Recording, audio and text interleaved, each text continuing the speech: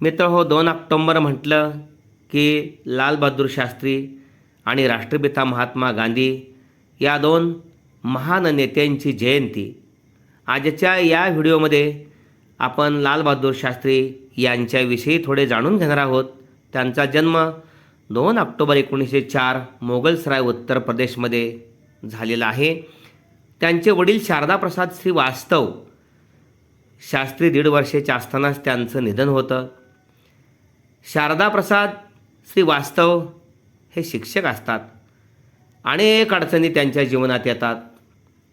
त्यांचे वडील वारल्यानंतर त्यांचे चुलतेच त्यांच्या कुटुंबाचा सांभाळ करतात.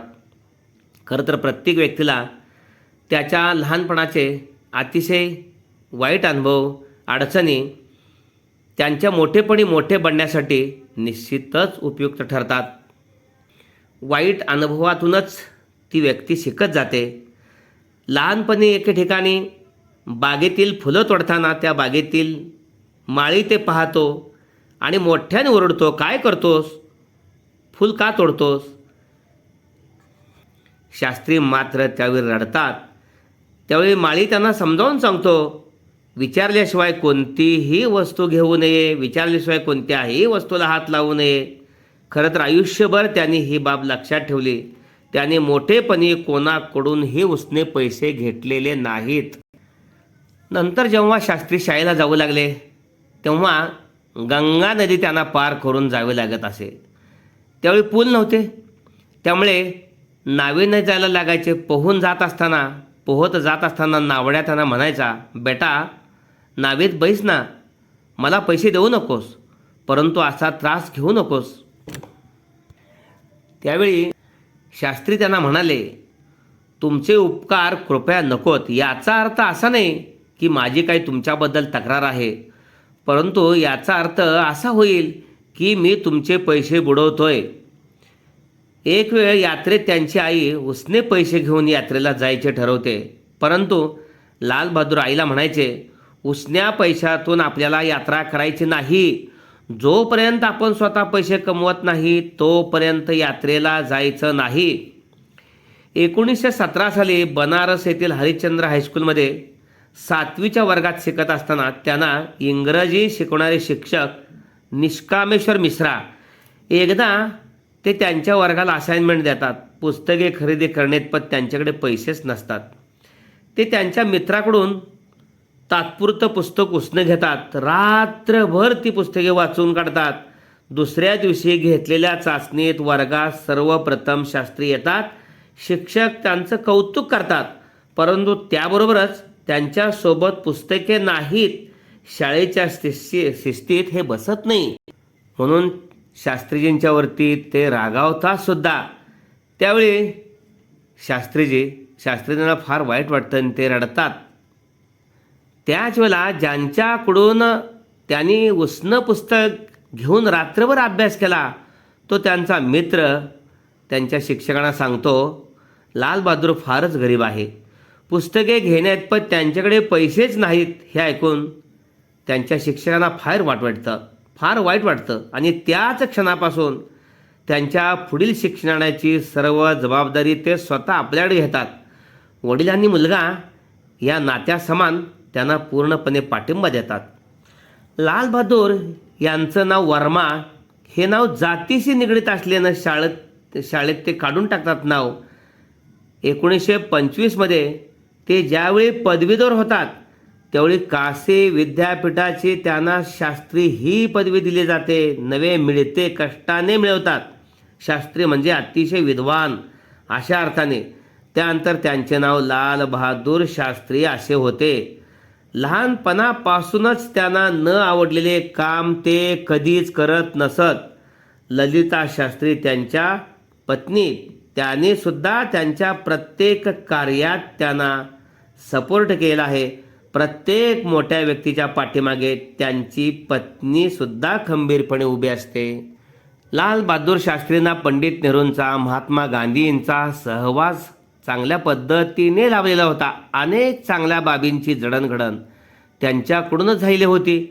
अनेक वेळा तुरुंगवासी देशाच्या स्वातंत्र्यासाठी लहानपणीच त्यांना भोगावा लागला होता. एकदा ते लाला लजपतराय यांनी निर्माण केलेल्या सर्वंट्स ऑफ पीपल्स सोसायटीमध्ये प्रमुख म्हणून काम करताना त्यांना दरमहा 50 रुपये मेहनताना मिळत असे. ते आपल्या घरी पाठवित असत. एकदा त्यांनी आपल्या पत्नीस म्हणजे ललिता शास्त्रीनं विचारले, मी पाठवलेले आपणास पैसे पुरतात ना? त्यावेळी त्यांनी उत्तर दिले, हो पुरतात ना, एवढेच नव्हे तर 40 रुपयेच खर्च होतात आणि दरमहा 10 रुपये शिल्लक राहतात, त्याची मी बचत करते. त्यावेळी सर्वंट्स ऑफ पीपल्स सोसायटीच्या प्रमुखांना ते सांगतात, शास्त्री आजपासून मला 40 रुपये देत चला, 10 रुपये जादा होतात. ते इतर कोणत्याही गरजू नोकरांना देत चला. यावरून ते लोकांचा किती विचार करायचे हे यावरून दिसून येते. जणू त्यांचं हृदयच इतरांच्यासाठी होते. एकदा त्यांचा मुलगा अनिल शास्त्री यांनी एका नोकराचा अपमान केला होता. त्यावेळी शास्त्री पंतप्रधान होते. ज्यावेळी त्यांना ही घटना समजली तेव्हा त्यांनी आपल्या मुलाला त्या नोकराची चक्क माफी मागायला भाग पाडलं. तू फार मोठी चूक केली आहेस असे सुनावलेही. आताची परिस्थिती तशी राहिलेली नाही हे आपण पाहतोच आहे. 1956 मध्ये शास्त्रीजी रेल्वे मंत्री असताना आंध्र प्रदेशमध्ये महबूबनगर येथे मोठा रेल्वे अपघात झाला आणि त्यामध्ये 112 लोकांचा मृत्यू झाला. तसेच 1956 मध्येच तामिळनाडूमध्ये आरियालूर या ठिकाणी रेल्वे अपघात होऊन 144 लोकांचा मृत्यू झाला. शास्त्रींनी या दोन्ही अपघातांची नैतिक जबाबदारी स्वीकारून रेल्वे मंत्रीपदाचा राजीनामा पंतप्रधान तत्कालीन पंडित नेहरू यांच्याकडे दिला. या दोन्ही अपघातात रेल्वे बोर्डाच्या चुकीमुळेच हे अपघात झालेले असतानाही त्यांनी राजीनामा दिला. त्यावेळी पंडित नेहरू यांनी सर्वोच्च सत्यनिष्ठ व्यक्ती म्हणून त्यांचा गौरव केला. लाल बहादूर शास्त्री हे नेहमीच हजरजबाबी राहिले. एकदा एका रिपोर्टरने त्यांना विचारले, तुम्ही तर इतके छोटे आहात, म्हणजे उंची कमी आहे, आणि पाकिस्तानचे अध्यक्ष आयुब खान हे फार उंच आहेत, मग आपण त्यांच्याशी संभाषण कसे काय करता? त्यावेळी शास्त्रींनी त्या रिपोर्टरला उत्तर दिलं आहे असं, मी माझी मान उंचावून त्यांच्याशी बातचीत करतो आणि आयुब खान मान खाली करून माझ्याशी बातचीत करत असतात. त्याने दिलेल्या उत्तरातून देशाभिमान किती जागृत होता हे लक्षात येईल. वेळेला अतिशय महत्त्व देणारे आपले पंतप्रधान शास्त्री जे होते. पंतप्रधान असताना त्यांची मुले सुनील शास्त्री आणि अनिल शास्त्री शाळेला टांग्यातून जात असत. मुलांना सक्त ताकीद दिली होती, तुम्हाला तुमचे नाव विचारले तर तुम्ही तुमचे पूर्ण नाव सांगात, परंतु वडील पंतप्रधान आहेत म्हणून कोणासही सांगू नका, कारण माणूस अहंकाराच्या आहारी गेला की तो आपल्या नाशाकडे वाटचाल करू लागतो. मुलांच्या विनंतीनुसार त्यावेळेला त्यांनी 12,000 रुपयाची एक कार घेतलेली होती, कर्ज काढून घेतलेली होती बरं का. जेव्हा त्यांचा 11 जानेवारी 1966 रोजी ताशकंद येथे मृत्यू झाला त्यावेळी त्यांच्या खात्यावर फक्त 5 रुपये शिल्लक होते. गाडीचे कर्ज होते. शेवटी तत्कालीन पंतप्रधान इंदिरा गांधींनी त्यांचे संपूर्ण कर्ज माफ केले आणि त्यांच्यासाठी एक घरही दिले. एकदा तर ते दिल्लीहून कलकत्ता येथे जायचं होतं त्यांना. रस्त्यावर प्रचंड गर्दी होती. कमिशनरने रस्ता पूर्णपणे ब्लॉक करण्याची परवानगी मागितली, परंतु लाल बहादूर शास्त्रीने त्यास पूर्ण नकार दिला. असे करून लोकांना त्रास देणे योग्य नाही, मी काही परमेश्वर नाही असे त्यांनी कमिशनरना निक्षून सांगितले. शास्त्री इतके साधे होते की simple living but high thinking.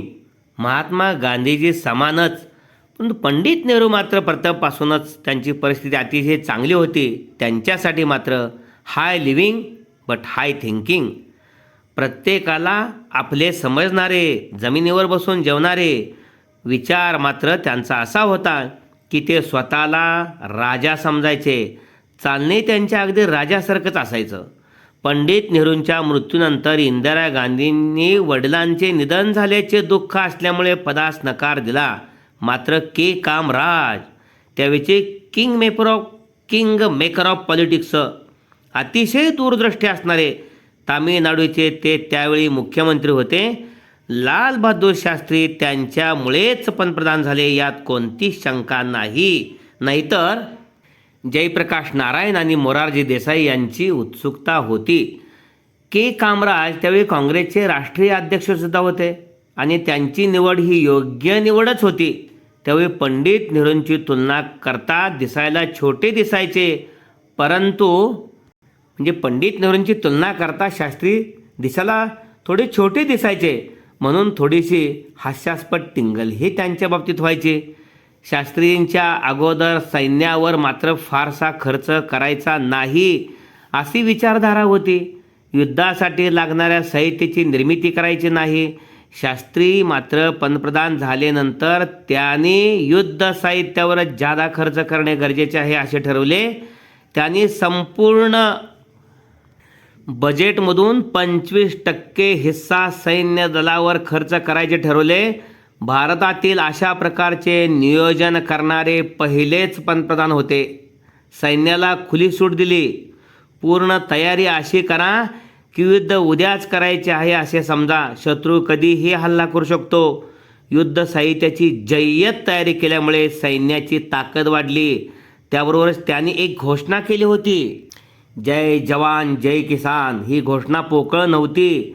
जवानांचा विजय झाला पाहिजे आणि किसानांचा म्हणजे शेतकऱ्यांचाही जय झाला पाहिजे, त्यांनाही प्रोत्साहन मिळालं पाहिजे. या घोषणेमुळे जवानांची ताकद इतकी वाढली की 1965ला पाकिस्तानचा भारतावर हल्ला झाला.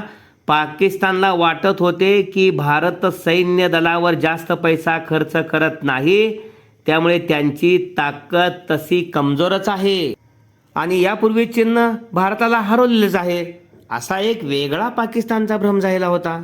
त्यामुळे पाकिस्तानला वाटत होते की आपण भारताचा जम्मू काश्मीर हा भाग सहज घेऊ, कारण भारताची सेना कमजोर आहे, कारण चीनने त्यांचा यापूर्वी पराभव केलेलाच आहे. परंतु पाकिस्तानला हे माहीत नव्हते की भारताचे पंतप्रधान बदलले आहेत, भारताची नीती बदललेली आहे, सेना बदललेली आहे, सेनेची तयारी सुद्धा भरपूर केलेली आहे, दारुगोळा भरपूर आहे, इतर युद्धशस्त्र साहित्य त्यांच्याकडे खूप आहे. ज्यावेळी पाकिस्तानने 1950ला भारतावर हल्ला केला तेव्हा पाकिस्तानचा अतिशय वाईट असा पराभव झाला. पाकिस्तानचा ज्यावेळी भारतावर हल्ला झाला नंतर अवघ्या 12 दिवसात पाकिस्तान जवळ 80% युद्ध साहित्य संपलं. इतके हे युद्ध भयंकर झाले. याचा परिणाम काय झाला? पाकिस्तानने मागे हटायचा निर्णय घेतला, परंतु भारतीय सैन्य लाहोरपर्यंत पाकिस्तानच्या सैन्याला मागे रेमटत होतं. पाकिस्तानची भीती अधिकच वाढली, कारण आपल्या हातातून लाहोर गेलं, कराची गेला, इस्लामाबाद गेला, हैदराबाद गेले, आता शिल्लक काय राहिलं? पाकिस्तानने घाबरून अमेरिकेकडे सल्ला मागितला, काहीही करा आम्हाला वाचवा, नाहीतर भारत पूर्णपणे पाकिस्तान आपल्या ताब्यात घेईल. त्यांचे सैन्य लाहोरपर्यंत गेले आहे. त्यावेळी अमेरिकेने भारताच्या पंतप्रधानांना युद्ध थांबवण्याची विनंती केली.